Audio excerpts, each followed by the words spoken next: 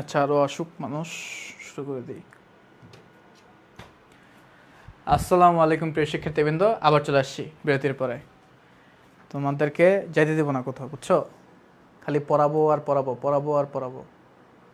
তোমরাও খালি পড়তে থাকবা আর পড়তে থাকবা, তোমাদের কাজ নাই পড়া বাদে।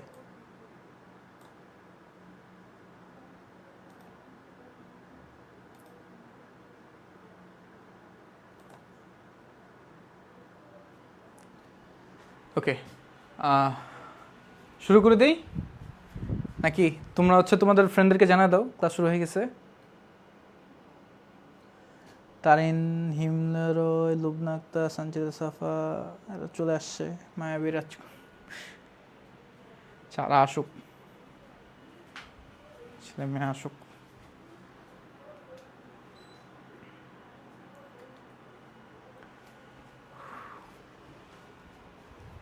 আচ্ছা, এটার আগে একটা অ্যাসেস নিয়ে রাখো, ঠিক আছে?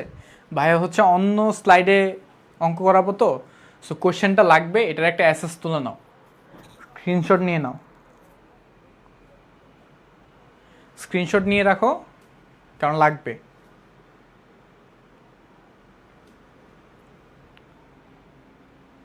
ঠিক আছে, নিছো? স্ক্রিনশটটা নিছো?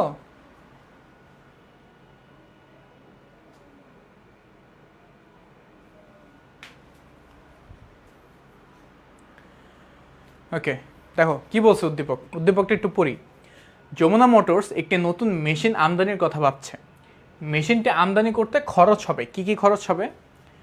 ৮০,০০০ টাকা আমদানি শুল্ক, মানে মেশিনটির যে ক্রয় মূল্য সেটা হচ্ছে ৮০,০০০ টাকা। হ্যাঁ, এরপরে আমদানি শুল্ক আছে, আমদানি শুল্ক কত ভাইয়া? ১০,০০০ টাকা। এরপরে জাহাজ ভাড়া আছে কত? ৫,০০০ টাকা। এরপর কার্যকরী মূলধন আছে ৫,০০০ টাকা। ওকে, আগামী ৫ বছর, আগামী কত বছর? ৫ বছর এর বিক্রয়ের পরিমাণ হচ্ছে, বিক্রি শুধুমাত্র বিক্রি, হ্যাঁ, ৪০,০০০ টাকা, ৬০,০০০ টাকা, ৫৫,০০০ টাকা, ৫০,০০০ টাকা আর ৪৫,০০০ টাকা। ক্লিয়ার?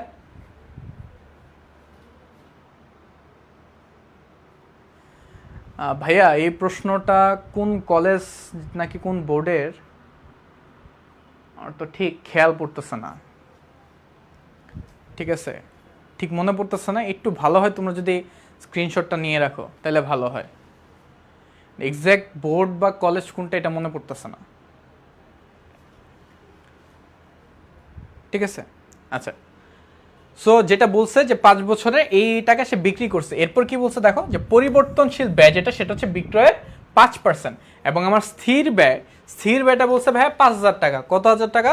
স্থির ব্যয় ৫,০০০ টাকা। ওকে, এখন বলছে যে ৫ বছর পর মেশিনটির অবশিষ্ট মূল্য বা ভগ্নাবশেষ মূল্য, অবশিষ্ট মূল্য বা ভগ্নাবশেষ মূল্য হচ্ছে ভাইয়া ৪০,০০০ টাকা। কত টাকা? ৪০,০০০ টাকা। ঠিক আছে, এখন বলছে উক্ত প্রতিষ্ঠানের কর হার ২৫%। করের হার কত ভাইয়া? ২৫%। ওকে, প্রতিষ্ঠানটির ব্যবস্থাপনা সর্বনিম্ন গড় নির্ধারণ করছে ১২%। ব্যবস্থাপনা একদম লোয়েস্ট গড়টা কত নির্ণয় করছে? যে গড় মুনাফার হার কত হবে? ১২% হবে। ঠিক আছে, এবার আসি কি কি বলছে। যে উদ্দীপক অনুযায়ী নতুন মেশিনটির মূল্য ফেরত পেতে, অর্থাৎ পে ব্যাক পিরিয়ড কত বছর? পে ব্যাক পিরিয়ড, এই যে মূল্যটা ফেরত পেতে কত বছর সময় লাগবে, মানে কি ভাই? পিবিপি বের করতে বলছে, পিবিপি। আর যমুনা মোটরস ২ নম্বর প্রশ্নে কি বলছে? যমুনা মোটরসের উক্ত মেশিনটি আমদানি করা কি যুক্তিযুক্ত হবে? এই যুক্তিযুক্ত হবে কিনা সেটা কিভাবে বের করব? এটা বের করতে হলে আমার এআরআর করতে হবে। কেন এআরআর? কারণ কি ভাই দেখো, প্রতিষ্ঠানের ব্যবস্থাপনা কি বলছে? গড় মুনাফা নির্ধারণ করছে ১২%। তখন আমার এআরআর দিয়ে বের করে দেখতে হবে যে আমার কি ১২%-এর থেকে বেশি নাকি কম। যদি বেশি হয় তাহলে গ্রহণযোগ্য, যদি বেশি না হয় সেক্ষেত্রে গ্রহণযোগ্য হবে না। বুঝতে পারছি? এটাই। সো এই উদ্দীপকটা দিয়ে আমরা পিভিপি আর এআরআর এর যাবতীয় যা আছে সবই শিখতে পারবো। কেন বলছি? কোশ্চেনটার মধ্যে সবই আছে। নাই কি তোমার কার্যকরী মূলধনও আছে, তোমার ভগ্নাবশেষ মূল্য আছে, তোমার ওই পরিবর্তনশীল ব্যয় আছে, হারও আছে, তোমার স্থায়ী খরচ সবই আছে। ঠিক আছে, আবার উপর দিয়ে হইতেছে আমার যে অবচয়, অবচয়টা দেওয়া নেই, অবচয় কিভাবে বের করতে হয় সেটাও শিখাই দিব। ঠিক আছে, সো প্রথমে শুরু করি অঙ্ক। এটা তো স্ক্রিনশট যেহেতু নেওয়া আছে, চলে গেলাম, হ্যাঁ এই পেজে চলে গেলাম। দেখো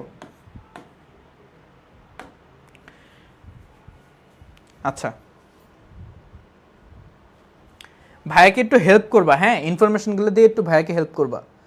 আচ্ছা, ফার্স্টে আমার যেটা বের করতে হবে সেটা হচ্ছে, দেখো আমি যখন পে ব্যাক পিরিয়ড বের করব, পে ব্যাক পিরিয়ড বের করতে আমার লাগবে নগদ আন্তঃপ্রবাহ। কি লাগবে? নগদ আন্তঃপ্রবাহ। নগদ আন্তঃপ্রবাহ কি আমার দেওয়া ছিল? দেওয়া কিন্তু ছিল না, বের করতে হবে। নগদ আন্তঃপ্রবাহ কিভাবে বের করে এটা একটু দেখো, ঠিক আছে? প্রথমে লাগবে সেটা হচ্ছে বিবরণ, এরপর হচ্ছে বছর এক। কত বছর দেওয়া ছিল? 5 বছর না? 5 বছর দেওয়া ছিল না? হ্যাঁ, আমদানি করে 5 যথাক্রমে 5 বছর, তাই তো? আগামী 5 বছর, হ্যাঁ ঠিক আছে। তাহলে 5টা বছর আসবে। বছর 1, বছর 2, বছর 3, বছর 4, বছর 5। ঠিক আছে, 5টা বছর দিলাম। এখন সবার আগে যেটা লাগবে সেটা হচ্ছে বিক্রয়। কি লাগবে ভাই? বিক্রয়। বিক্রয়টা কত দেখো তো? প্রতি বছর একটা বিক্রয় দেওয়া আছে না? বিক্রয়গুলো কি কি বলো তো? বলছে হচ্ছে প্রথম বছর 40,000 টাকা, 60,000 টাকা, 55,000 টাকা, 50,000 টাকা, 45,000 টাকা। 40, 60, 55, 50, 45। 40, 60, 50 নাকি 55, 50, 45? 55, 50, 45, হ্যাঁ। তাহলে 55, 50, 45 হাজার, হাজার, হাজার, হাজার, হাজার। দেখো আমি বিক্রয় পেয়ে গেছি, ঠিক আছে? এখন বিক্রয় থেকে কি বাদ দিতে হবে জানো? আমার প্রথমে বাদ দিতে হবে আমার পরিবর্তনশীল ব্যয় বা চলতি খরচ। পরিবর্তনশীল ব্যয় বা চলতি খরচ। এখন দেখো এই যে পরিবর্তনশীল ব্যয়টা, হ্যাঁ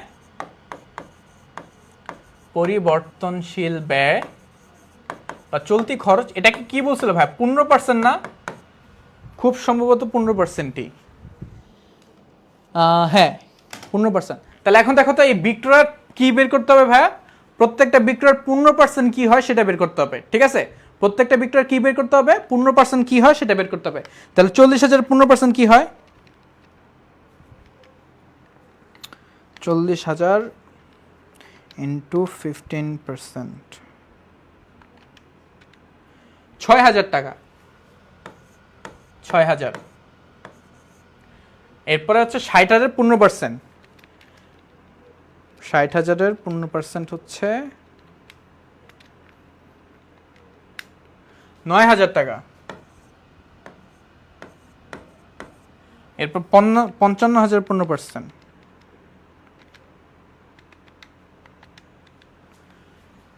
8,250। এরপর হচ্ছে 50,000 15%,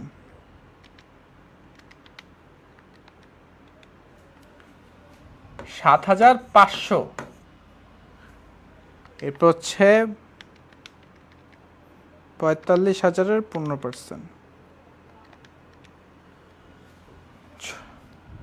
6,750। এই হলো আমার পরিবর্তনশীল ব্যয়। আচ্ছা লেখা বোঝা যাচ্ছে তো? লেখা বোঝা না গেলে বলবা, ভাই মুখে মুখে বলে দিব। আমার কাছে মনে হচ্ছে লেখাগুলো একটু ছোট হয়ে যাচ্ছে, তাই তো? লেখাকে ক্লিয়ার দেখতেছো? যদি কোনো কিছু না বুঝো, ভাইয়া তো মুখে মুখে বলতেছি, ওইটার সাথে একটু মিলাই নিবা, ঠিক আছে? তো দেখো বিক্রয়টা কি ছিল? আমার বিক্রয় ছিল 40,000, দ্বিতীয় বছরে 60,000, তৃতীয় বছরে 55,000, চতুর্থ বছরে 50,000, 5 নম্বর বছর 45,000। এবং আমার পরিবর্তনশীল ব্যয়টা কি হবে? বাদ যাবে। পরিবর্তনশীলটা বাদ যাবে কত? 6,000, 9,000, 8,250, 7,500, 6,750। ঠিক আছে? ওকে জি ভাইয়া, বোঝা যাচ্ছে। ও আলহামদুলিল্লাহ বুঝা গেলে। দেন স্থায়ী খরচ, আমার স্থায়ী খরচ ফিক্সড ছিল না, কত জানি 5,000 না স্থায়ী খরচটা, স্থায়ী খরচ হ্যাঁ পরিবর্তনশীল ব্যয় হচ্ছে 15%, স্থায়ী খরচ 5%, 5,000, হ্যাঁ ঠিক আছে। সো এই হচ্ছে আমার স্থায়ী খরচ 5,000, সবগুলোর ক্ষেত্রে সেম, হ্যাঁ 5,000 টাকা, 5,000 টাকা, ঠিক আছে। এবার আমার বাদ দিতে হবে অবচয়, কি বাদ দিতে হবে ভাই? অবচয়। এই অবচয়টা বাদ যে দিব, অবচয়টা কি আমার দেওয়া আছে ভাই বলো তো? অবচয় কিন্তু আমার প্রশ্নে কোথাওই দেওয়া নাই। যদি না দেওয়া থাকে সেক্ষেত্রে কি করতে হবে? সেক্ষেত্রে অবচয় অবশ্যই বাই করে নিতে হবে। মাথায় রাখবা এই যে ফরম্যাটটা, এই ফরম্যাটটা যেটাই দেওয়া থাকুক আর না দেওয়া থাকুক, যদি কিছু না দেওয়া থাকে তো নাই, যদি অবচয় দেওয়া না থাকে সেই ক্ষেত্রে অবচয়টা বাই করে নিতে হয়, ঠিক আছে। অবচয়টা না দেওয়া থাকলে অবচয়টা বের করে নিতে হয়। এখন অবচয় কিভাবে বের করতে হয় দেখো, বার্ষিক অবচয় সমান সমান হচ্ছে আমার প্রাথমিক বিনিয়োগ, প্রাথমিক বিনিয়োগ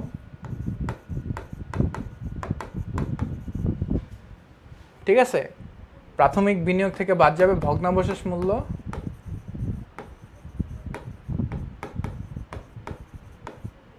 ডিভাইডেড বাই হচ্ছে আয়ুষ্কাল, আয়ুষ্কাল, ঠিক আছে। এখন প্রশ্ন হচ্ছে ভাইয়া বিনিয়োগ কত? আপনি যে বললেন বিনিয়োগ লাগবে, এখন বিনিয়োগটা কত? বিনিয়োগটা কিন্তু বের করতে হবে। দেখো আমার এনসিও বা বিনিয়োগ, হ্যাঁ আমার বিনিয়োগটা ছিল হচ্ছে প্রথমে 80,000 টাকা না মেশিনটা কিনতে, হ্যাঁ মেশিন কিনতে লাগছে 80,000 টাকা, দেন এটার সাথে হচ্ছে আমার 10,000 টাকা লাগছে হচ্ছে ইয়াতে কি জানি আমদানি শুল্ক, হ্যাঁ আমদানি শুল্ক হচ্ছে 10,000 টাকা, এরপর আমার 5,000 টাকা লাগছে জাহাজ ভাড়া, এরপর 5,000 টাকা লাগছে আমার কার্যকরী মূলধন। এই হচ্ছে আমার টাকা। দেখো এইটা হচ্ছে আমার ক্রয় মূল্য 80,000 টাকা, 10,000 টাকা হচ্ছে আমার কি ভাইয়া? 10,000 টাকা হচ্ছে আমার আমদানি শুল্ক, এরপর জাহাজ ভাড়া 5,000 আর 5,000 কার্যকরী মূলধন। কার্যকরী মূলধনটা প্রাথমিক বিনিয়োগের সাথে যোগ করতে হয়। ইভেনচুয়ালি আমি যখন ওই যে গড় বিনিয়োগ করতে যাব ওইখানেও কিন্তু কার্যকরী মূলধনটা যোগ করতে হবে, ঠিক আছে। এটা একটু মাথায় রাখবা, এটা কিন্তু খুবই ইম্পর্টেন্ট ভাই, এটা ভুলা যাবে না। আর যাই বলো না বলো, এটা বললে কিন্তু একদম সর্বনাশ শেষ, ঠিক আছে। আচ্ছা, আমি যখন বিনিয়োগ করব কি ভাই, আমি যখন বিনিয়োগ করব তখন আমার টোটাল বিনিয়োগটা বের হবে কত? আমার টোটাল বিনিয়োগটা বের হবে হচ্ছে আমার কি বলে মানে আমার যা যা লাগছে আমার ক্রয় মূল্য, এটার সাথে আমার যে জাহাজ ভাড়া, এটার সাথে আমার যে আমদানি শুল্ক, এটার সাথে আমার কার্যকরী মূলধন যা আছে তা সবকিছু কিন্তু লাগবে। আমার বিনিয়োগ কিন্তু বের হইতেছে এখানে কত? 80,000, 10,000, 90,000, 5,000 হচ্ছে 95 আর 5 হচ্ছে 1,00,000 টাকা। দেখো এখানে একটা টুইস্ট আছে, অনেক টুইস্ট, এই অঙ্কটাতে অনেক টুইস্ট, অনেক কিছু বুঝার আছে, এই জন্য এই অঙ্কটা সিলেক্ট করছি ভাইয়া। দেখো আমার বিনিয়োগ কিন্তু বের হয়েছে 1,00,000 টাকা, কিন্তু আমি যখন বার্ষিক অবচয় বের করব তখন এই বার্ষিক অবচয় বের করার সময় আমি 1,00,000 টাকা লিখতে পারবো না। বলো তো কেন?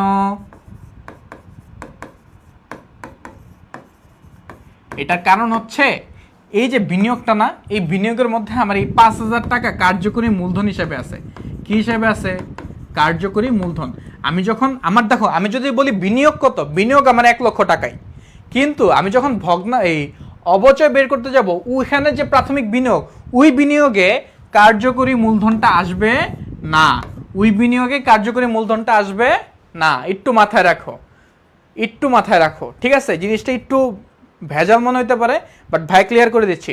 যদি বলে শুধু বিনিয়োগ, শুধু বিনিয়োগ হচ্ছে আমার 1,00,000 টাকা, কারণ যা যা লাগছে 80,000 টাকা হচ্ছে আমার ক্রয় মূল্য, 10,000 টাকা আমদানি শুল্ক, 5,000 টাকা হচ্ছে জাহাজ ভাড়া, আর 5,000 টাকা হচ্ছে আমার কার্যকরী মূলধন, এটা আমার বিনিয়োগ।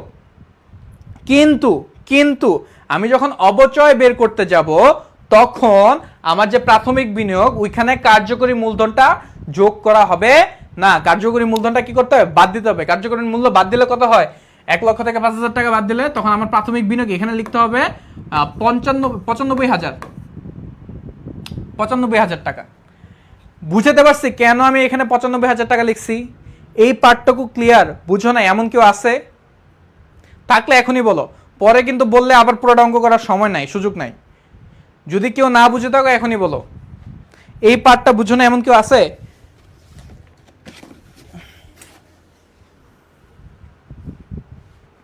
ওকে, তাহলে সবাই বুঝছো যে আমার টোটাল বিনিয়োগ যখন বলবো তখন আমি কার্যকরী মূলধন অন্তর্ভুক্ত করব, কিন্তু ভগ্নাবশেষ এই অবচয় যখন করব তখন আমি কার্যকরী মূলধন অন্তর্ভুক্ত করব না। ক্লিয়ার? তখন ওই আমার প্রাথমিক বিনিয়োগের মধ্যে কার্যকরী মূলধনটা ইনক্লুডেড করব না। ওকে, গেল। সো এই হচ্ছে আমার সূত্র, যে প্রাথমিক বিনিয়োগ মানে ভগ্নাবশেষ মূল্য ডিভাইডেড বাই আয়ুষ্কাল। সো প্রাথমিক বিনিয়োগ বের করলাম 95,000 টাকা, কারণ কি কার্যকরী মূলধনটা আসতেছে না অবচয়ের ক্ষেত্রে। ভগ্নাবশেষ মূল্য কত? ভগ্নাবশেষ মূল্য মনে হয় 40,000 টাকা দিয়ে রাখছিল, কত জানি? হ্যাঁ, ভগ্নাবশেষ মূল্য হচ্ছে 40,000 টাকা। আর আমার আয়ুষ্কাল কত? 5। আয়ুষ্কাল কত? 5। এই যে, ঠিক আছে। এখন তাহলে আমার অ্যান্সার কি আসতেছে দেখো তো। 95 থেকে 40 চলে গেলে হয় 55। 55,000কে 5 দ্বারা ভাগ করো, 55,000কে 5 দ্বারা ভাগ করলে হচ্ছে 10, 11,000 টাকা। তাহলে আমার অবচয় কত ভাইয়া? বার্ষিক অবচয় কত ভাইয়া? সবগুলোর ক্ষেত্রে 11,000 টাকা করে। দেখো এই যে 11,000 টাকা।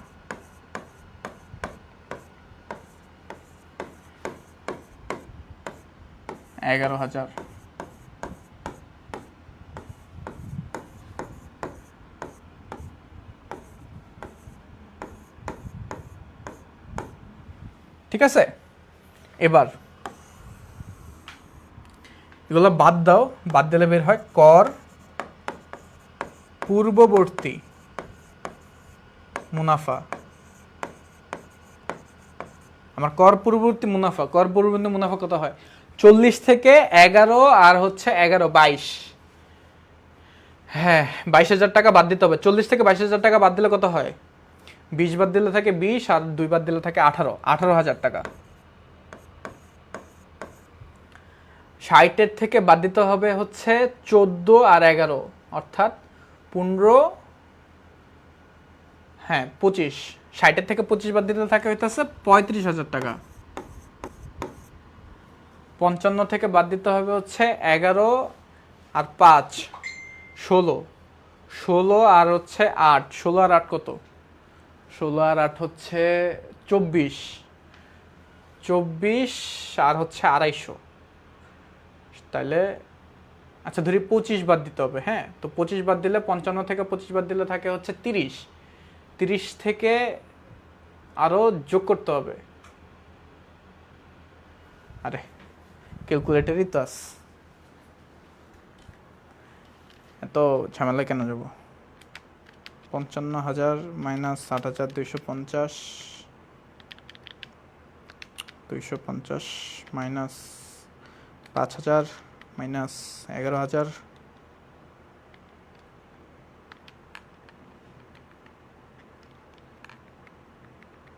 গেল 30,750।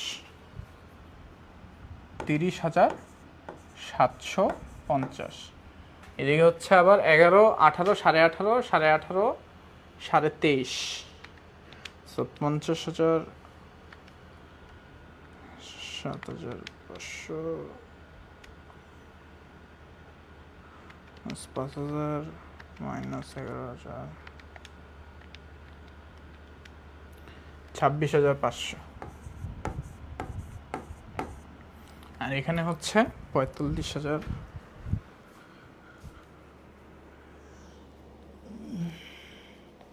22,250। 22,250। দেখো এই যে ভাই পাইলাম, এটা হচ্ছে কি ভাই? কর পূর্ববর্তী মুনাফা। আমার বিক্রয় থেকে আমি পরিবর্তনশীল ব্যয় বাদ দিব, পরিবর্তনশীল ব্যয় বাদ দেওয়ার পর স্থায়ী খরচ বাদ দিব। এই দুইটা দেখো, এখানে আবার একটা ক্যাচ আছে। এই যে এই পার্টটা, হ্যাঁ, এই 3টা পার্ট বাদ দেওয়ার পর একটা মান আসে, এটাকে বলে, এই মানটাকে বলে হচ্ছে অবচয় ও কর পূর্ববর্তী মুনাফা। তোমাদের ম্যাক্সিমাম অঙ্ক এই টাইটেলটাতে থাকে যে অবচয় কর পূর্ববর্তী মুনাফা বা কর পূর্ববর্তী মুনাফা। ঠিক আছে, ম্যাক্সিমাম বলছি, ম্যাক্সিমাম তুমি যে কোনো বোর্ডে দেখবা যে হয় বলে যে অবচয় কর পূর্ববর্তী মুনাফাগুলো দেওয়া আছে বা কর পূর্ববর্তী মুনাফা দেওয়া আছে। নর্মালি এই পুরোটা করতে হয় না, এত বড়টা দেয় না বোর্ডে। ঠিক আছে, কারণ বোর্ডের স্যাররাও তো জানে যে ভাই 20 মিনিট সময়, 20 মিনিটের মধ্যে এত কিছু কেমনে করবে একটা ছেলে। সো ওই 3টা পার্ট করে যে বিক্রয় থেকে পরিবর্তনশীল ব্যয় আর হচ্ছে স্থায়ী খরচ বাদ দেওয়ার পরে আমার অবচয় কর পূর্ববর্তী মুনাফা আসে, ওইটা থেকে বাদ দিতে হয় অবচয়, এরপরে তাহলে তখন আসে কর পূর্ববর্তী মুনাফা, ওইটা থেকে আবার কর বাদ দিতে হয়, তাহলে কর পরবর্তী মুনাফা বা নিট মুনাফা সেটা চলে আসে। ঠিক আছে, সো আমাদের ওই 2-3 স্টেপ করতে হয় পরীক্ষার হলে। বাট ভাইয়া পুরাটাই করাচ্ছি যারা একদমই পারো না, একদমই জানো না এদের জন্য, যে তাইলে ওদের একদম ক্লিয়ার হয়ে যাবে যে কিভাবে বের করতে হয়। সো নর্মালি দেওয়া থাকে যে অবচয় কর পূর্ববর্তী মুনাফা থেকে বা হচ্ছে এই কর পূর্ববর্তী মুনাফা থেকে। যদি এটা দেওয়া থাকে যে কর ও পূর্ববর্তী মুনাফাগুলো হইতেছে ধরো 10,000, 20,000, 30,000 এমন করে দেওয়া, ওইখান থেকে কি করব, ওইটা থেকে আমি অবচয় বাদ দিব, অবচয় বাদ দিলে কর পূর্ববর্তী মুনাফা পাবো, ওইখান থেকে আবার কর বাদ দিব, এই যে মাইনাস কর। ঠিক আছে, কর হচ্ছে 25% বলছে আমার। ঠিক আছে, করটাকে বাদ দিব, তখন আমরা কর পরবর্তী বা নিট মুনাফা এটা পেয়ে যাব। আমাদের নর্মালি এই এতটুকুই বলে যে অবচয় কর পূর্ববর্তী, বা আরো কম বলে যে কর পূর্ববর্তী মুনাফা এটা দিয়ে দেয়। ঠিক আছে, যে এই মানগুলো দিয়ে দেয়, এটা থেকে খালি করটা বাদ দিলে আমি নিট মুনাফাগুলো পাওয়া যায়। ঠিক আছে, নর্মালি এমনই হয়, কিন্তু এই অঙ্কটা কেন দিছি যেন একদম A to Z আগাটো করে, এর আগে যদি কোনো কিছু করতে বলে তখন কি করবা, এরকম বড় প্রশ্ন চলে আসলে, এটা তো আসছে অলরেডি, কোনো না কোনো একটা বোর্ডে আসছে বা কলেজে আসছে, সো এরকম আসলে তো ধরা। এই জন্য বলছি ভাইয়া পুরাটাই করে দিচ্ছি। আরে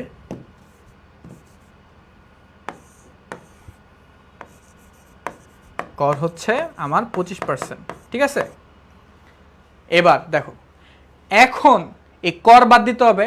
18-র 25% কত? 25% মানে হচ্ছে 4/1 সোজা হিসাব, তার মানে হচ্ছে 4,500 টাকা। ঠিক আছে,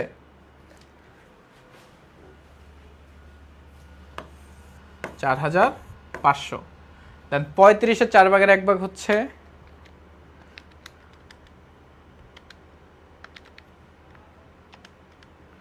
8,750। দেন হচ্ছে তোমার 30,750 ইন্টু 25%, 7,687, হ্যাঁ 87.5, 7,687.5। এরপর হচ্ছে 26,500,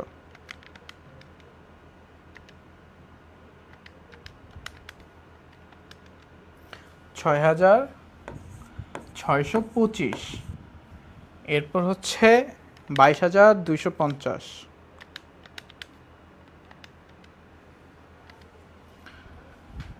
5,562.5।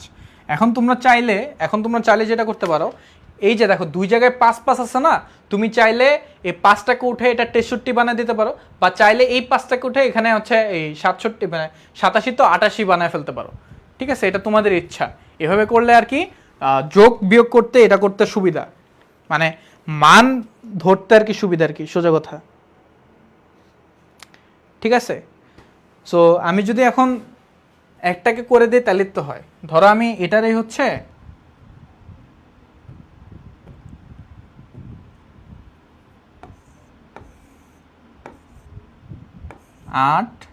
8 বানিয়ে দিলাম, শেষ। আর এটা হচ্ছে মুছে দিলাম,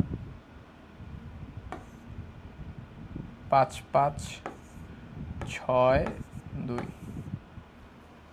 ক্লিয়ার গেল। এখন নর্মালি যেটা হয় এই যে করটাকে বাদ দিয়ে দিলেই হচ্ছে আমার অ্যান্সার বের হয়ে যায় যে কর পরবর্তী মুনাফাগুলা কি। বাট এই অঙ্কের মধ্যে একটা কাহিনী আছে। কি ভাইয়া কাহিনীটা? যে ভাইয়া ভগ্নাবশেষ মূল্য দেওয়া, কার্যকরী মূলধন দেওয়া। মাথায় রাখবা, যদি ভগ্নাবশেষ মূল্য থাকে এবং কার্যকরী মূলধন থাকে, এই দুইটাই এই যে ছকটা, এই ছকের যে একদম শেষ বছরটা, এখানে বছর কত 5টা বছর আছে, এই জন্য 5 বছর। যদি এখানে 3টা বছর থাকতো তাহলে কোনটায় দিতা? 3 নম্বর বছরে দিতা। যতগুলা বছর থাকবে একদম শেষ বছরে যাবে। কোন বছরে ভাইয়া? একদম শেষ বছরে গিয়ে যোগ হবে কি কি ভাইয়া? আচ্ছা আমি আগে হচ্ছে করে নিই, হ্যাঁ তোমার হচ্ছে কর পরবর্তী নিট মুনাফাটা করে নিই। দেখো কর পরবর্তী নিট মুনাফা, ঠিক আছে, যোগ করো তো কত হয়।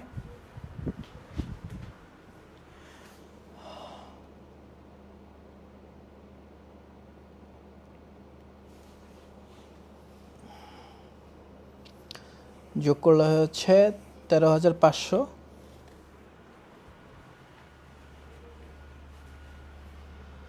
সরি যোগ না বিয়োগ, 13,500, এদিকে হচ্ছে 26,250 দেখলাম না,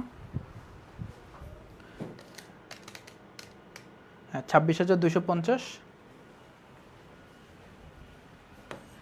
26,250, এরপর হচ্ছে 23,092, এরপর হচ্ছে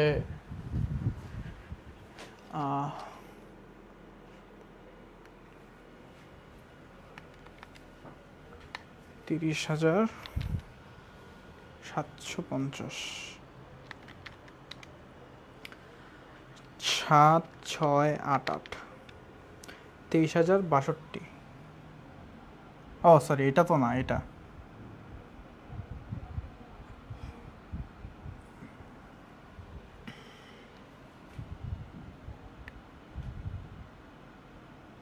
সেটা তো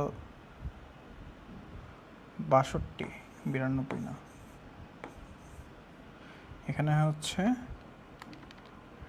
26,500 মাইনাস 6,625, 19,875, এদিকে হচ্ছে 22,250 মাইনাস 5,562,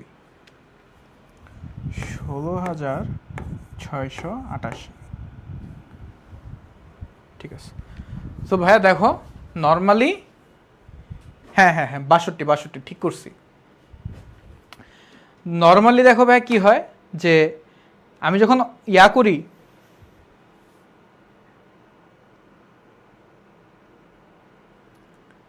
ঠিক আছে, আমরা যখন অঙ্ক করি গড় মুনাফার হার বের করতে যাই তখন এতটুকু ইনাফ যে কর পরবর্তী নিট মুনাফা, এই মানগুলা দিয়ে আমি গড় নিট মুনাফা করে থাকি, ঠিক আছে, গড় নিট মুনাফা এই মানগুলা দিয়ে করে থাকি। এখন আমাকে কি বলছে? পে ব্যাক পিরিয়ড বলছে। কি বলছে?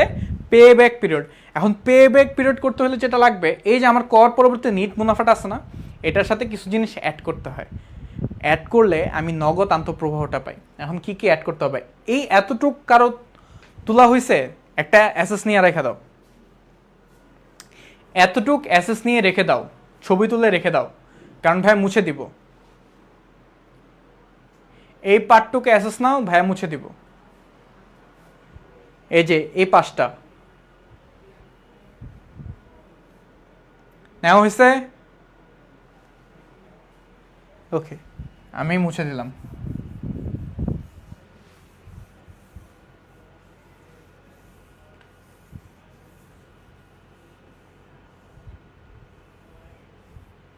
এখন দেখো কি ভাইয়া, আমার এখন এটার সাথে আমাকে কি লাগবে? আমার নগদ প্রবাহগুলো লাগবে না, নগদ আন্তঃপ্রবাহ, নগদ আন্তঃপ্রবাহ মাথায় রাখবা। নগদ আন্তঃপ্রবাহর নিয়ম হচ্ছে নিট মুনাফার সাথে, কি ভাইয়া? নিট মুনাফার সাথে আমি অবচয় যোগ করব এবং শেষের যে বছরটা ওইটার সাথে ভগ্নাবশেষ মূল্য এবং কার্যকরী মূলধন যোগ করব। তার মানে কি হচ্ছে ভাইয়া দেখো, এই যে আমি পাশেই করলাম, হ্যাঁ, যে আমার এই যে 13,000 টাকা, হ্যাঁ 13,500, এই যে 13,500, ঠিক আছে, এরপরে হচ্ছে 26,250, এরপরে হচ্ছে 23,062, এরপরে হচ্ছে 19,875, এরপর হচ্ছে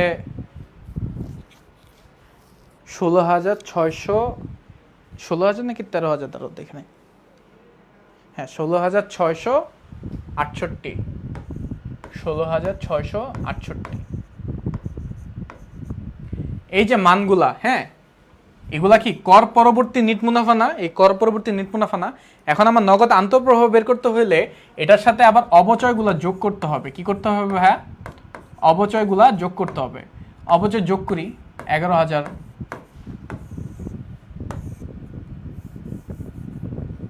11,000, 11,000, 11,000, 11,000। অনেকে এই জায়গাটাতে একটা ভুল করে। কি ভুল করে জানো?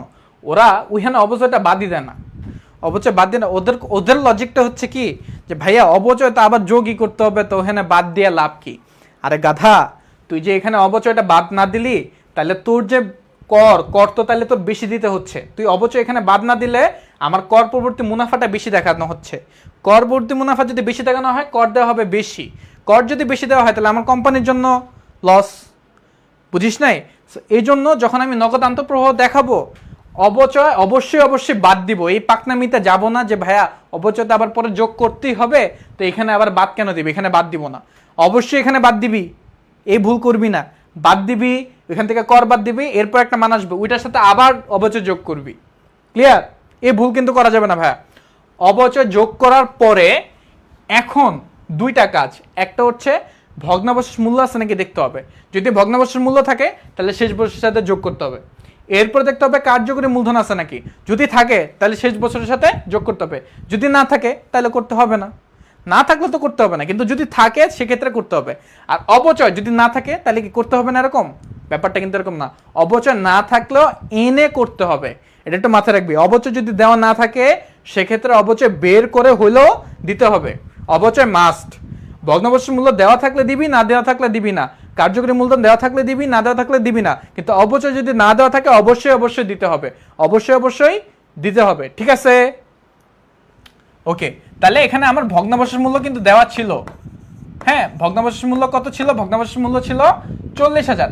একদম শেষের বছরের সাথে অ্যাড হবে, একদম লাস্টেরটা। এটা হচ্ছে 1, 2, 3, 4, 5, 5-এর সাথে অ্যাড হবে।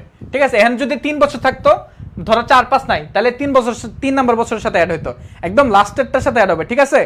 ওকে, ভগ্নাবশেষ মূল্য গেল অ্যাড হয়ে। এরপর কার্যকরী মূলধন অ্যাড হবে। কার্যকরী মূলধন কার সাথে অ্যাড হবে? একদম শেষের বছরের সাথে, 5,000। এবার এগুলা যোগ করে যেটা পাবো সেটা হচ্ছে নগদ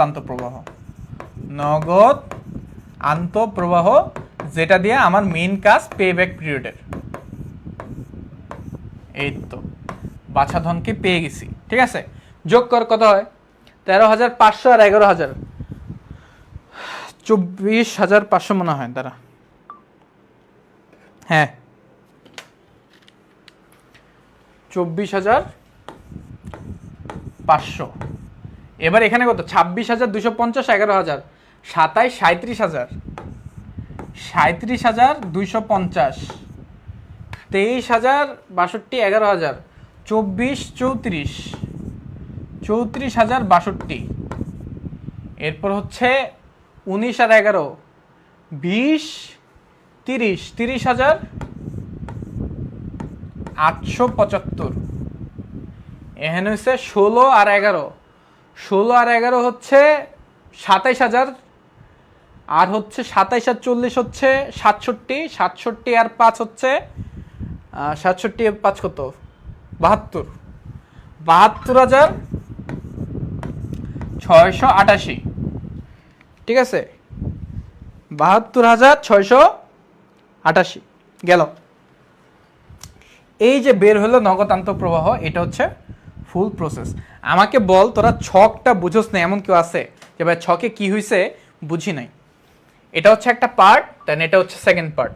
এইটুক পার্ট করলে আমার গড় মুনাফার হার শেষ, এটার মাধ্যমে এই মানগুলা দিয়ে আমার গড় মুনাফার হার বাইরে হয়ে যায়। বাট আমাকে যখন পে ব্যাক পিরিয়ড বের করতে হয় তখন এটার সাথে আবার এই কাজটা করতে হয়, এই যে অবচয়গুলো যোগ করতে হয় সবগুলো। যে আমার নিট মুনাফা, এগুলো কিন্তু কি দেওয়া, নিট মুনাফা দেওয়া না, এই নিট মুনাফাগুলোর সাথে আমার অবচয়গুলো যোগ করতে হয়। এবং যদি ভগ্নাবশেষ মূল্য বা কার্যকরী মূলধন কোনোটা একটাও দেওয়া থাকে সেটা একদম শেষের বছরের সাথে গিয়ে যোগ করতে হবে। করলে এই যোগফলগুলো যেগুলো বের হইতেছে এগুলো হচ্ছে আমার নগদ আন্তঃপ্রবাহ। এই পার্টটা বুঝি নাই এমন কেউ আছে? এমন কেউ আছে যে বুঝি নাই, এই পার্টটা বুঝি নাই? এই যে সরে গেছি ভাই, দেখ এই পার্টটা বুঝি নাই এমন কেউ আছে? ছক বুঝতে পেরেছি, ওকে, ভেরি গুড। তাহলে ছক যদি বুঝে ফেলি তাহলে এই সাইডটা মুছে ফেলি। হ্যাঁ, এটা দরকার হলে একটা অ্যাসেস নিয়ে রাখ, এই পার্টটার একটা অ্যাসেস নিয়ে রাখ। ক্লিয়ার না হয়েছে? ওকে, এখন মুছে ফেলি।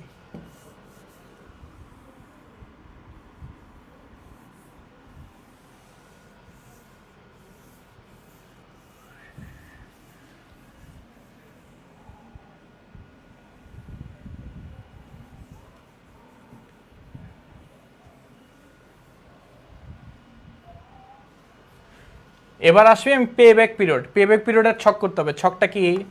ছকটা খুব ইজি, বছর নগদ আন্তঃপ্রবাহ ক্রমযোজিত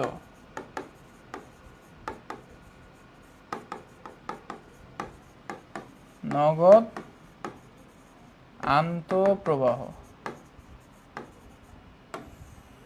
ঠিক আছে, সো গেল প্রথম বছর, দ্বিতীয়, আচ্ছা একটা একটা করে করি তাইলে হবে। প্রথম বছর নগদ আন্তঃপ্রবাহটা কি? 24,500। 24,500, তাহলে আমার ক্রমযোজিত কত হবে? 24,500। দ্বিতীয় বছরে কি? 37,250, তাহলে 37,250। 3 নম্বর বছর 34,062, 34,062।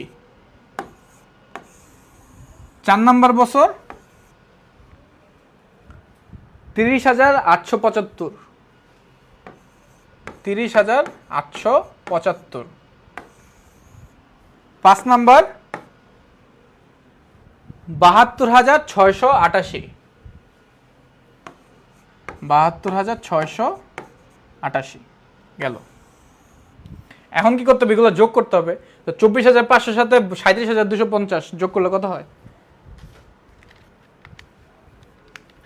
24,500 যোগ 37,250, 61,750 যোগ 34,062, 95,812 যোগ 30,875, 1,26,687 যোগ 72,688, 1,99,375। এই হলো আমার ছক। এখন আমার দেখতে হবে যে আমার বিনিয়োগ কত ছিল, আমার এনসিও কত ছিল। ভাইয়া দেখো তো, আমার এনসিও কিন্তু ছিল, এই যে এনসিও ছিল হচ্ছে 1 লক্ষ টাকা বের করছিলাম। ওই যে মনে আছে, এই যে দেখো ক্রয় মূল্য, হ্যাঁ একটু মাথায় রাখো, এই যে ক্রয় মূল্য, এটার সাথে আমদানি, কার্যকরী মূলধন, আর কি ভাইয়া জাহাজ ভাড়া, ইন টোটাল কত হয়েছিল? 1 লাখ টাকা, তাই না? সো এই 1 লক্ষ টাকা হচ্ছে আমার এনসিও গেল। আমার এ কত? যদি আমার 1 লক্ষ টাকা এনসিও হয়, 1 লক্ষ টাকা আমি কোন বছরে পেয়ে গেছি দেখো তো, 4 নম্বর বছর আমার 1 লক্ষ টাকা ক্রস করে ফেলছে না? তার মানে এর আগের বছর কি 3 হচ্ছে আমার এ। আমার এটা কই, তো কালিটা দেই এই, না এটা না, কি কালি দিব, সাদা দেই। এই যে এটা হচ্ছে আমার এ, এটা বরাবর আমার যে ক্রমযোজিত সেটা হচ্ছে আমার সি, আর এটা নিচে যেটা আছে এটা হচ্ছে ডি, অর্থাৎ যে মানটার কারণে আমার, যে নগদ প্রবাহটার কারণে আমার যে এনসিও এটা ছাড়াই গেছে, সো এটা কি ভাই ডি।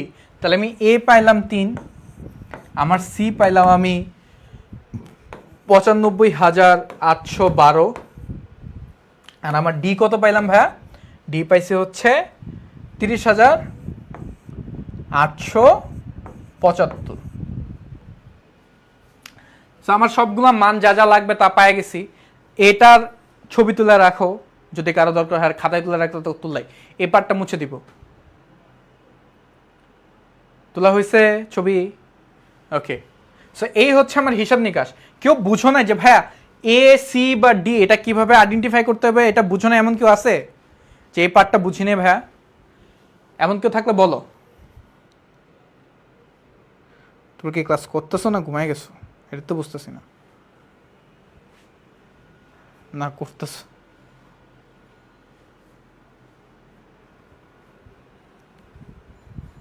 ঠিক আছে।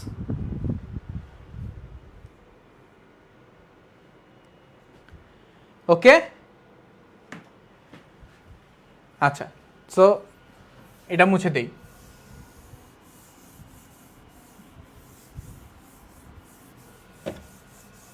তাহলে আমার পিভিপি কত বের হচ্ছে ভাইয়া? পিভিপিটা বের হচ্ছে আমার এ প্লাস এনসিও minus C divided by D. তাহলে আমার দাঁড়াচ্ছে কত? মানগুলো দিলে দাঁড়া হচ্ছে, এর মান হচ্ছে 3, এরপর হচ্ছে 3 যোগ এনসিও হচ্ছে 1 লক্ষ মাইনাস হচ্ছে 95,812 ডিভাইডেড বাই হচ্ছে 30,875। তাইলে দাঁড়ায় হচ্ছে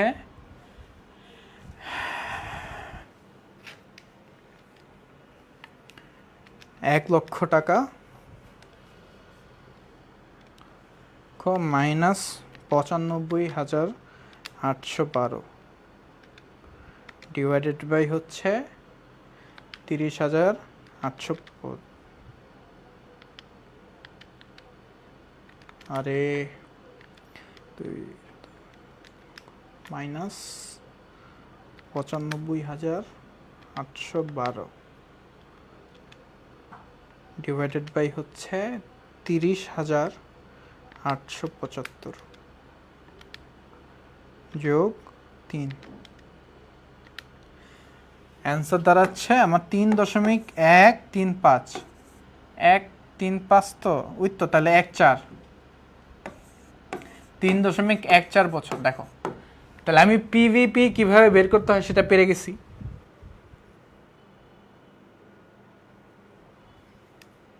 আবার একটু কি বলবো ভাইয়া, মুছে তো ফেলছি। আচ্ছা দেখো আবার একটু বলি। আচ্ছা এসিডির মান কিভাবে বুঝবা এটা একটু বলি। হ্যাঁ, ছক তো ভাইয়া কেটে ফেলছি। যে বছরে দেখো আমার মানগুলা দেখো, যে বছরে আমার 1 লক্ষ টাকা উঠে গেছে এটা কোন বছর? 4 নাম্বার বছরে দেখো 1,26,000 সামথিং আসছে, তাই না? তো আমি বিনিয়োগ করছিলাম 1 লক্ষ টাকা। 3 নাম্বার বছর শেষে আমার 95,812 টাকা আছে। 3 বছর শেষে 4 নাম্বার বছরে 1,26,000 হয়ে গেছে। তার মানে কি আমার সময়টা লাগছে 3 বছর থেকে বেশি 4 বছর থেকে কম। 3 বছর থেকে বেশি 4 বছর থেকে কম, ব্যাপারটা এটা না? এইটা। এখন তাহলে চিন্তা করবা, যে বছর টাকাটা উঠে গেছে, কোন বছর উঠছে? 4 বছর, 4 নম্বর বছর উঠে গেছে। তাহলে কি আমার 4 বছর লাগবে? এখানে কি 4 বসবে? এখানে 4 বসবে না, কারণ 4 বছর কম লাগছে, 3 বছরের বেশি লাগছে। যেহেতু 3 বছরের বেশি 4 বছরের কম, তার মানে আমি 3টা দিব। আমার এ হবে যে বছর আমার টাকাটা উঠে গেছে ওইটার আগের বছর, ওই বছরের আগের বছর। সো 4 নম্বর বছর আমার টাকাটা উঠছে, তার আগের বছর অর্থাৎ 3 নম্বর বছরে আমার এ হবে। এবং এই এ বরাবর যে ক্রমযোজিত নগদান্ত প্রবাহ, এ বরাবর ক্রমযোজিত নগদ আন্তঃপ্রবাহ যেটা সেটা হচ্ছে এই 95,112, এইটা হবে আমার সি, ক্রমযোজিত সি, ঠিক আছে। এবং 4 নাম্বার বছর অর্থাৎ যে বছরে এ আবার সি আছে এর পরের বছর আমার নগদ আন্তঃপ্রবাহ যেটা অর্থাৎ যে মানটার কারণে আমার 1 লক্ষ টাকা পূরণ হয়ে গেছে, অর্থাৎ যে মাঝখানে যেটা থাকে না, এখানে বছর নগদ আন্তঃপ্রবাহ দেন ক্রমযোজিত নগদ আন্তঃপ্রবাহ, তো মাঝখানে যেটা থাকে হ্যাঁ নগদ প্রবাহ, তো 3 নাম্বার বছর আমার এ আসে, যে বছর আমার এ বা সি আসে তার পরবর্তী বছরের নগদ আন্তঃপ্রবাহটা হচ্ছে আমার ডি, এই যে 30,875। বুঝতে পারছি? ক্লিয়ার? আর এনসিও তো কিভাবে বের করে বললামই, ঠিক আছে। সো এইটুকু ছিল হচ্ছে আমার পিভিপি বের করার যে যে মানে যে ডিসিশন নিবে তার হচ্ছে 3.14 বছরের মধ্যে পে ব্যাক পিরিয়ড, অর্থাৎ তার যে বিনিয়োগকৃত অর্থ সেটা কি হয়ে যাবে, ফেরত এসে যাবে। একটা পার্ট শেষ হইল। সেকেন্ড পার্ট কি বলছে ভাইয়া, যে তার ডিসিশন নেওয়াটা কি ঠিক হবে কিনা, এবং এই ডিসিশনটা ঠিক হবে কিনা কীভাবে বুঝবো, গড় মুনাফার হার করতে হবে। এবং গড় মুনাফার হার ওই যে দেখো তার ব্যবস্থাপনারা কি বলছে যে 12%, সর্বনিম্ন 12%। তো 12%-এর যদি বেশি হয় সেক্ষেত্রে গ্রহণযোগ্য, 12%-এর কম হলে গ্রহণযোগ্য না, ঠিক আছে। তাহলে একটু করি, এখন করবো কিভাবে প্রশ্ন হচ্ছে এটা ভাইয়া। দেখো এখানের মধ্যে ওই যে নিট মুনাফাগুলো কিন্তু ওই যে বের করছিলাম দেওয়া আছেই, ঠিক আছে। সো এখান থেকে করে ফেলবো। তবে আমার ফার্স্টে যেটা করতে হবে সেটা হচ্ছে গড় নিট মুনাফা, এটা বের করতে হবে। গড় নিট মুনাফা কিভাবে বের করব, যতগুলো আছে সবগুলাকে বছর দ্বারা ভাগ। তাহলে কি কি আছে বলো, 13,500 যোগ 26,250 যোগ 23,062 যোগ 19,875 যোগ 16,688 ডিভাইডেড বাই হচ্ছে 5। তাহলে আমার গড় নেট মুনাফা বের হয়ে যাচ্ছে, এভাবে আমার গড় নেট মুনাফাটা বের হয়ে যাচ্ছে। ডিভাইড করি দেখি কত হয়।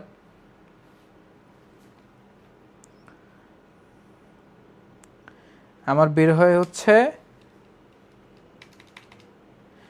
13,500, 26,250, 23,062, 19,875 আর হচ্ছে 16,688, ঠিক আছে। তাহলে আমার বের হয়ে হচ্ছে 99,375, 99,375 ডিভাইডেড বাই হচ্ছে 5। দেখো মানটা আসে হচ্ছে 99,375, হ্যাঁ, ডিভাইডেড বাই 5 করলে হয় হচ্ছে 19,875। এটা হচ্ছে আমার গড় নিট মুনাফা। কি ভাইয়া, গড় নিট মুনাফা। দেখো আমার গড় নিট মুনাফা বের হয়ে গেছে। এখন আমার কি বের করতে হবে, গড় বিনিয়োগ। গড় বিনিয়োগের সূত্রটা কি এটা একটু মাথায় রাখবে, হ্যাঁ। গড় বিনিয়োগের সূত্রটা কি, গড় বিনিয়োগের সূত্র হচ্ছে, গড় বিনিয়োগের সূত্র হচ্ছে প্রাথমিক বিনিয়োগ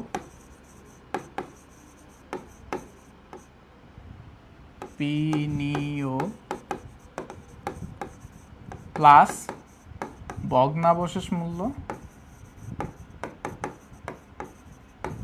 ডিভাইডেড বাই 2, এখানে আবার প্লাস, আচ্ছা এটা মুছে দিই, এটা তো লাগবে না।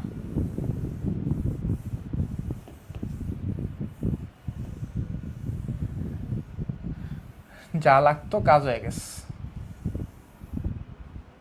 হ্যাঁ, প্লাস কার্যকরী মূলধন, ঠিক আছে।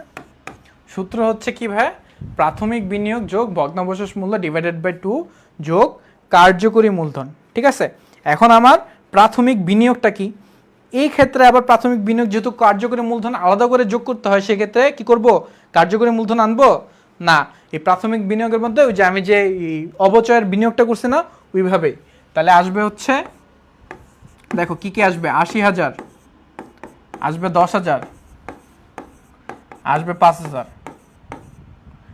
এই তিনোটা হচ্ছে আমার প্রাথমিক বিনিয়োগ। এটার সাথে ভগ্নাবশেষ মূল্য 40,000 আসবে, যোগ ভাগ হবে 2 দিয়ে, আবার যোগ হবে কার্যকরী মূলধন। কার্যকরী মূলধন কত? 5,000 টাকা। এটা আলাদাভাবে যোগ হবে। তাহলে কত হয়? 95 আর 40, 95 40 35, 1,35,000। হ্যাঁ, 1,35,000কে আমি যখন 2 দ্বারা ভাগ করব, 72, সরি, হ্যাঁ, তাইলে হচ্ছে আমার 67,500। এটাকে হচ্ছে 5,000 দ্বারা যোগ করলে হয় 72,500। এই যে দেখো আমার অ্যান্সার আসে 72,500। এটা হচ্ছে আমার গড় বিনিয়োগ। আমি গড় নিট মুনাফা পাইছি, গড় বিনিয়োগ পাইছি। তাইলে এখন আমার কি বের করতে হবে? এখন আমার বের করতে হবে সুতরাং গড় মুনাফার হার। গড় মুনাফার হার। গড় মুনাফা হারের সূত্র কি বলো? গড় মুনাফা হারের সূত্র কি? এই যে আমার নিট মুনাফা ডিভাইডেড বাই গড় বিনিয়োগ। গড় নিট মুনাফা ডিভাইডেড বাই গড় বিনিয়োগ ইন্টু 100। তাহলে কত হয়? হচ্ছে 19,875 ডিভাইডেড বাই 72,500 ইন্টু 100। কত হয়? 19,875 ইন্টু 100 ডিভাইডেড বাই হচ্ছে 72,500, 27.41%। দেখো তো, ওরা বলছিল সর্বনিম্ন, কি বলছিল ভাইয়া? সর্বনিম্ন 12% লাগবে। এখন আমার গড় মুনাফার হার বাইক করছে কত? 27,041, তার যে সর্বনিম্ন তার থেকে বেশি না। তাইলে এই প্রকল্পে বিনিয়োগ করা কি গ্রহণযোগ্য? কি ভাইয়া? অ্যান্সার হচ্ছে এই প্রকল্পে বিনিয়োগ করা গ্রহণযোগ্য, কারণ তার সর্বনিম্ন ছিল 12, আর আমার গড় মুনাফার হার আসছে হচ্ছে 27। তাহলে এই প্রকল্প কি করা যাবে? বিনিয়োগ করা যাবে। এইটার একটা অ্যাসেস নিয়ে রাখো। আর যদি মন চায় যে না পরে দেখবা, তাহলে দেখতে পারো, অ্যাসেস এখন না নিলেও হবে। তো তোমাদের একটা সিকিউ শেষ। একটা সিকিউতে আমরা পুরা গড় মুনাফার হার যাবতীয় যা আছে সব দেখাই দিছি, পেব্যাক পিরিয়ডের যাবতীয় যা আছে সব দেখাই দিছি। এখন খালি তোমাদের এনপিভি আর আইআরআর বাকি।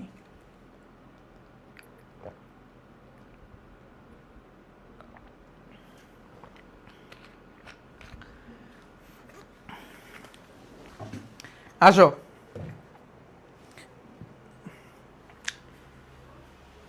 এটা তোলা হয়েছে? ওকে, চলে যাই।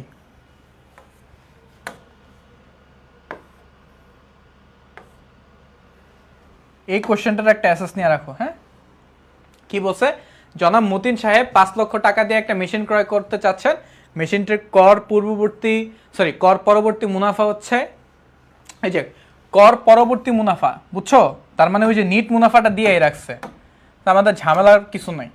নিট মুনাফাগুলো দিয়ে রাখছে যে কত? 1 লক্ষ টাকা, 1,10,000 টাকা, 1,40,000 টাকা, 1,50,000 টাকা, আর 2,50,000 টাকা। মতিন সাহেবের প্রত্যাশিত আয়ের হার হচ্ছে 10%। হারটা কত ভাইয়া? 10%। এখন বলছে আইআরআর এর ভিত্তিতে তার মেশিনটি ক্রয় সিদ্ধান্ত কি ঠিক বিশ্লেষণ করতে বলছে। আইআরআর মাধ্যমে তার সিদ্ধান্ত ঠিক কিনা বিশ্লেষণ করতে বলছে। এখন দেখো, আইআরআর বের করতে হলে, দেখো আইআরআর তো বের করবই, সো আইআরআর বের করতে হলে আমার এনপিভি করতে হবে। সো একটা অঙ্কের মধ্যে দুইটা হয়ে যাবে। এখন এই এনপিভি বের করতে হলে আমার কি লাগবে? নগদ আন্তঃপ্রবাহ। এই নগদ আন্তঃপ্রবাহ কি দেওয়া আছে? দেওয়া নাই। কি দেওয়া আছে? কর পরবর্তী মুনাফা। যদি কর পরবর্তী মুনাফা দেওয়া থাকে, তাহলে এর সাথে কি যোগ করতে হবে? অবচয় যোগ করতে হবে। অবচয় যোগ করলে আমি নগদ আন্তঃপ্রবাহ পাবো। এখন অবচয় কি দেওয়া আছে?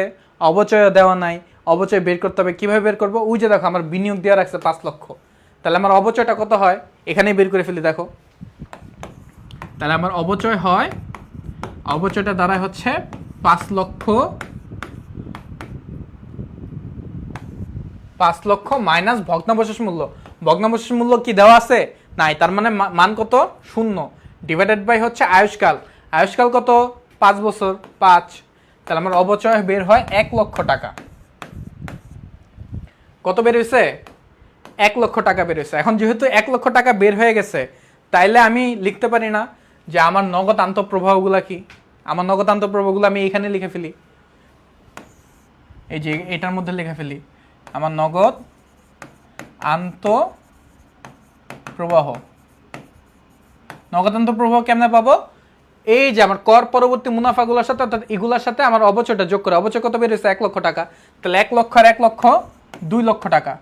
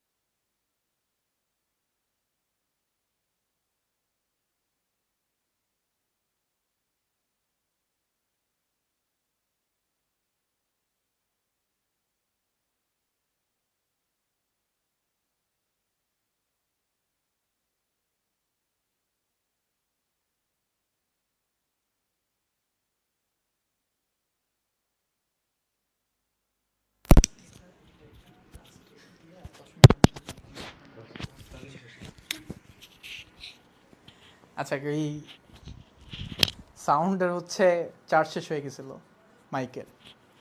আচ্ছা দেখো একটু তাড়াতাড়ি, ঠিক আছে ভাইয়া? সো আমার কি হয়েছে, আমি অবচয়টার মাধ্যমে কি করছি, যোগ করলে আমার নগদ আন্তঃপ্রবাহগুলো বের হয়ে গেছে। এখন এই নগদ আন্তঃপ্রবাহগুলো দিয়ে কি করব, আমার এনপিভি বের করব, এবং এনপিভি দিয়ে আমার আইআরআর বের হয়ে যাবে, ঠিক আছে? তাহলে এটার হচ্ছে তোরা একটা স্ক্রিনশট নিয়ে রাখ, অ্যাসেস নিয়ে রাখ, রাখছিস? ওকে, ঠিক আছে।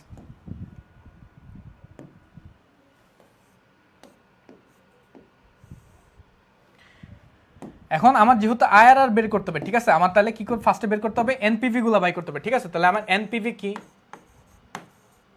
এনপিভি হচ্ছে CF1 divided by 1 plus I বা কেডি বা যেটা ইউজ করছ না কেন to the power n plus CF2 divided by 1 plus I to the power n CF3 divided by 1 plus I to the power n CF4 divided by 1 plus I to the power n CF5 divided by 1 plus I to the power n, ঠিক আছে। এখন এটা থেকে কি হবে ভাইয়া, CFOটা বাদ যাবে, এটা থেকে কি বাদ যাবে, CFOটা বাদ যাবে। এখন কি সাউন্ড ক্লিয়ার? ওকে, ঠিক আছে। দেখো তো আমার CF1টা কি ছিল, আমার CF1 মানে হচ্ছে নগদান্ত প্রবাহ। প্রথম বছরের নগদান্ত প্রবাহটা কত ছিল, 2,10,000, 2,10,000। আয়ের মান কত, আমি 10 ধরি, কারণ ওই যে আমার বুলসের প্রত্যাশিত আয়ের হার কত 10, আমি আগে 10 দিয়ে করি, ঠিক আছে। 10 টু দি পাওয়ার হচ্ছে 1, প্রথম বছরে n হচ্ছে 1, দ্বিতীয় বছরে কত ছিল, 2,20,000 নাকি 30 ছিল, হচ্ছে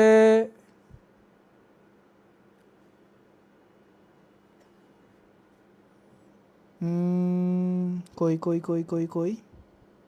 হ্যাঁ 2 লক্ষ, প্রথমটা ছিল 2 লক্ষ, এরপরটা ছিল 2,10,000। আচ্ছা, তাহলে ফার্স্টে ছিল 2 লক্ষ, এরপর হচ্ছে 2,10,000 দ্বিতীয় বছর। তাহলে 1 প্লাস 0.10 টু দি পাওয়ার 2, এরপর কি 2,30,000, ঠিক আছে, divided by 1 plus 0.10 to the power 3, এরপর হচ্ছে 2,50,000, 2,30,000 এর পর 50 না, আচ্ছা 10-এর পর হচ্ছে 40, এরপর 50, 30 ছিল না, 2,40,000, এরপর হচ্ছে 2,50,000, এরপর হচ্ছে 1+0.10 ডিভাইডেড বাই 4 নম্বর বছরের জন্য n এর মান কত, 4, এরপর কি 3,50,000, 5 নম্বর বছরের cash flow 1 plus 0.10 to the power 5, এটাই তো 2 লক্ষ, হ্যাঁ ওকে। এখন কি করবো, এখন জাস্ট মানগুলা বসাবো, মানগুলা বসালে কত হয় দেখ, মানগুলো বসালে হয় 1,81,818.18, 1,81,818.18, 1,81,818.18, হ্যাঁ, যোগ হচ্ছে, ভাই ক্যালকুলেটর করে দিলে তাড়াতাড়ি হবে, 2,30,000 1.10 টু দি পাওয়ার হচ্ছে 2, এটা হচ্ছে অ্যান্সার, ভাগ করতে হবে কত, 2,10,000 ভাগ হচ্ছে অ্যান্সার 17,000, 1,73,000, হ্যাঁ 553.719, ওকে। এটার সাথে যোগ হবে হচ্ছে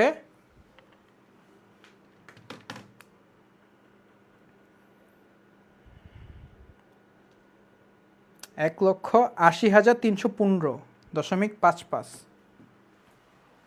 1,80,300 কত দেখলাম, 0.55, এরপরে হচ্ছে বের হবে এটা যোগ, এরপরে বের হচ্ছে আমার 1,70,753, 1,70,753 0.56 যোগ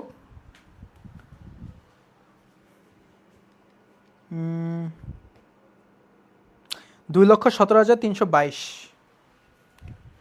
2,17,322.46 ওকে। এখন আমার হচ্ছে সিএফও কত ছিল? 5 লাখ।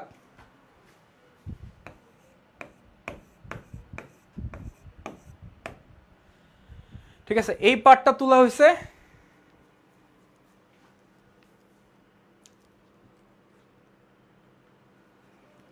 ঠিক আছে, ওকে। আমার তাহলে 10% হইলে আমার মানটা আসে হচ্ছে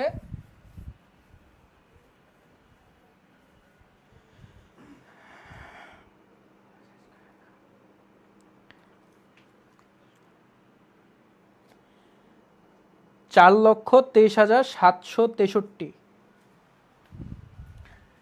4,23,763.27। ঠিক আছে, এটা আসছে। এখন প্রশ্ন হচ্ছে যে ভাইয়া এটা তো আমার পজিটিভটা আসলো, পজিটিভ কেন? যেখানে আমার হার কত ছিল? হার ছিল হচ্ছে 10%। হার কত ছিল? 10% ছিল। এখন এই সেম কাজটা কি করতে হবে? যেহেতু পজিটিভ আসছে তাহলে হারটা বাড়াইতে হবে। হার কি করতে হবে? বাড়াইতে হবে। হার বৃদ্ধি করলে আমার ঋণাত্মক চলে আসবে, আমার মানটা কি আসবে? ঋণাত্মক আসবে। এখন কতটুক বাড়াবো? নর্মালি যেটা হয় ভাইয়া আমরা ডাবল বাড়াই, কি করি? ডাবল বাড়াই। বাট এই ক্ষেত্রে ডাবলের একটু বেশি বাড়াইতে হবে। ডাবলের একটু বেশি কেন বাড়াইতে হবে? দেখো আমি যখন 10% দিয়ে করছি আমার 5 লক্ষ থেকে কতটুকু কমছে দেখো তো, অল্প কিছু না, ধরো 5 ভাগের 1 ভাগ, 4 ভাগের 1 ভাগ, এরকম একটা কমছে। তা আমি একটু 4 গুণ করে দেখি, ঠিক আছে, 40% দিয়ে দেখি। 10%-এ এটা আসছে, এবার ধরি 40%, ধরি আমার একই, ধরি হার হচ্ছে 40%। এখন 40% ধরে করি তাহলে কত হয় দেখি।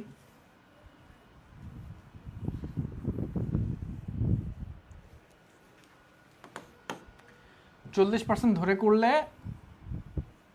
আমার এনপিভি আসে, ডিরেক্টলি মানগুলো বসা দিই, হ্যাঁ,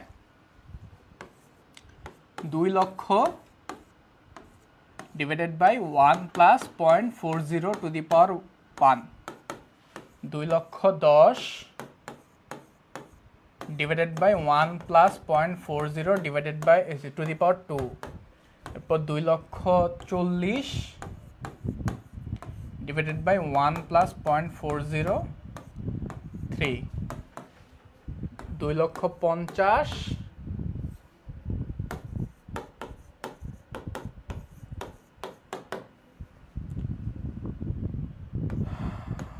50, 1 প্লাস 404, এরপর হচ্ছে 3,50,000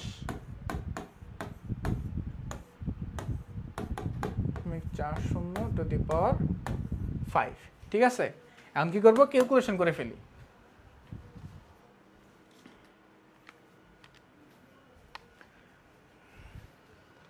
এক 1.40, আচ্ছা এটা হচ্ছে 2 লক্ষ, 2 লক্ষ ভাগ হচ্ছে 1.40,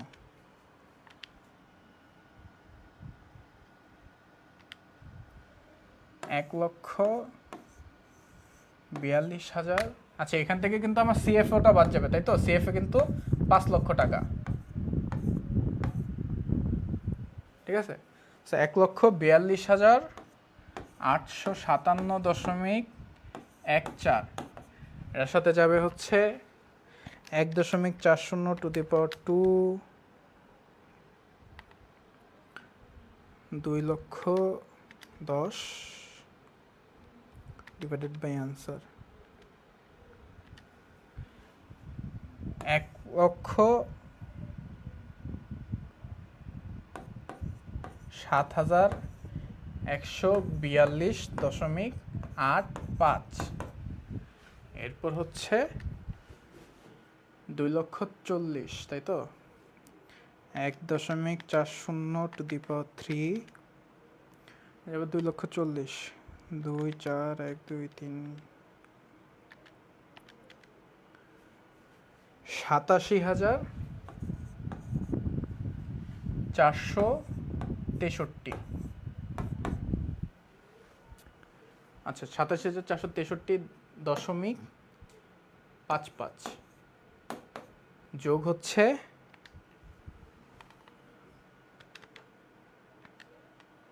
1.40 টু দি পাওয়ার হচ্ছে 4 5,000 65,077.05 যোগ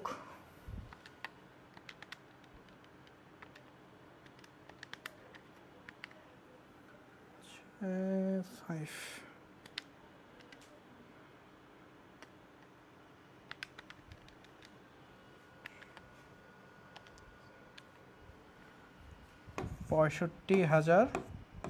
65,077.05 এই একই জিনিস আসে কেন? ঠিক আছে, তাহলে 25,000 1.40 4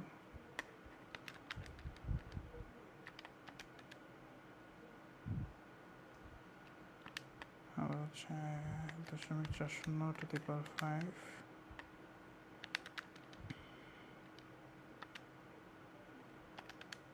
বাহ সেই। আচ্ছা এখান থেকে মাইনাস হবে আচ্ছা আমার 5 লক্ষ, ঠিক আছে। সো কত দাঁড়ায়? 1,42,857.14 যোগ 107,142.85 যোগ 87,463.55 যোগ 65,077.05 যোগ 65,077.05 মাইনাস 5 লক্ষ।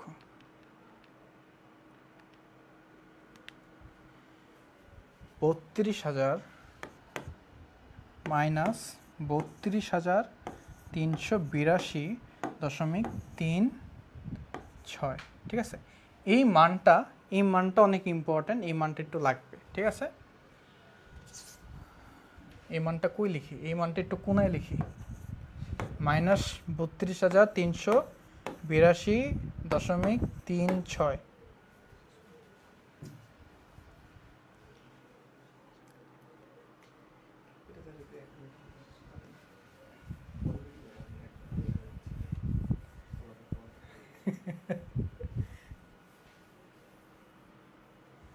আচ্ছা দেখো, ঠিক আছে।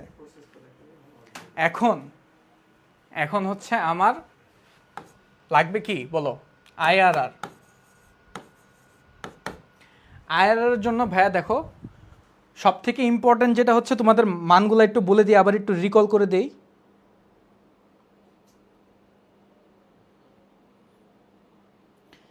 যে এলআর আমার লোয়ার রেট কত ধরছি ভাইয়া? লোয়ার রেট ধরছি হচ্ছে 10%, ঠিক আছে। এই যে আমার এলআর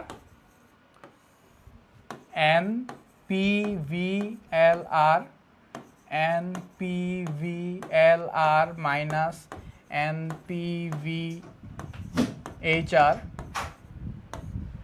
ঠিক আছে। এটার সাথে কি করতে হবে বলো তো? গুণ করতে হবে। কি গুণ করব? HR এর সাথে এলআরটা কি আকারে আছে? মাইনাস আকারে, ঠিক আছে।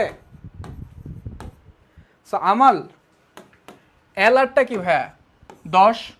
আমার এনপিভি কত? এনপিভি এলআর মানে হচ্ছে লোয়ার রেটে যে এনপিভিটা পাইছিলাম সেটা কত? সেটা ছিল ভাইয়া 4,23,663.27, তাই না? 4,23,000 কত জানি 763.27 763.27, ঠিক আছে। সেম 23 63.27, এখানে হচ্ছে তোমার মাইনাস যাবে হচ্ছে আমার লোয়ার রেটটা, এই যে দেখো হায়ার রেটের এনপিভি, হায়ার রেটের এনপিভি কত, হায়ার রেটের এনপিভি হচ্ছে মাইনাস 32,382.36, ঠিক আছে, গুণ হায়ার রেট থেকে লোয়ার রেট 40 মাইনাস 10, আমার হায়ার রেট কত ছিল ভাইয়া 40 ছিল, আমার লোয়ার রেট কত 40, এটার একটা অ্যাসেস নিয়ে নাও। হ্যাঁ সিএফও তো বাদ দিচ্ছি ভাইয়া, ঠিক আছে, এটার একটা অ্যাসেস নিয়ে নাও যে আমার লোয়ার রেট থেকে কি এনপিভি এলআর থেকে এনপিভি যে হায়ার রেট, অর্থাৎ একটা লোয়ার রেটের এনপিভি বের হয়েছে, একটা হায়ার রেটের এনপিভি বের হয়েছে, ঠিক আছে, একটা পজিটিভ একটা নেগেটিভ, পজিটিভ থেকে নেগেটিভটা বাদ দিছি, দিয়ে এই যে আমার হায়ার রেট এবং হায়ার রেট থেকে লোয়ার রেটটা বাদ দিলে যে এটা হয় অর্থাৎ 30, সেটার গুণ করতে হবে। তাহলে ডিরেক্টলি আমি যদি অঙ্কটা করে ফেলি কি হয়, ক্যালকুলেশন করে ফেললে আমার ক্যালকুলেশন করে ফেললে অ্যান্সার আসে হচ্ছে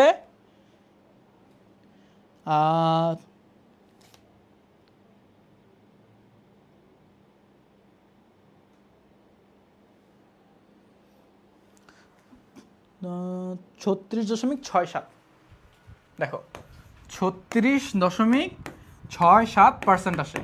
এখন ডিসিশনটা কেমনে দিব ভাই, সে ভাবছিল কত পার্সেন্ট 10%, কিন্তু আমার হারটা আইআরআর কত আসছে 36.67%, যেহেতু আইআরআরটা বেশি তার এক্সপেকটেশন থেকে, সেক্ষেত্রে আমার এই প্রকল্পটি গ্রহণযোগ্য, কি যোগ্য, গ্রহণযোগ্য, ক্লিয়ার,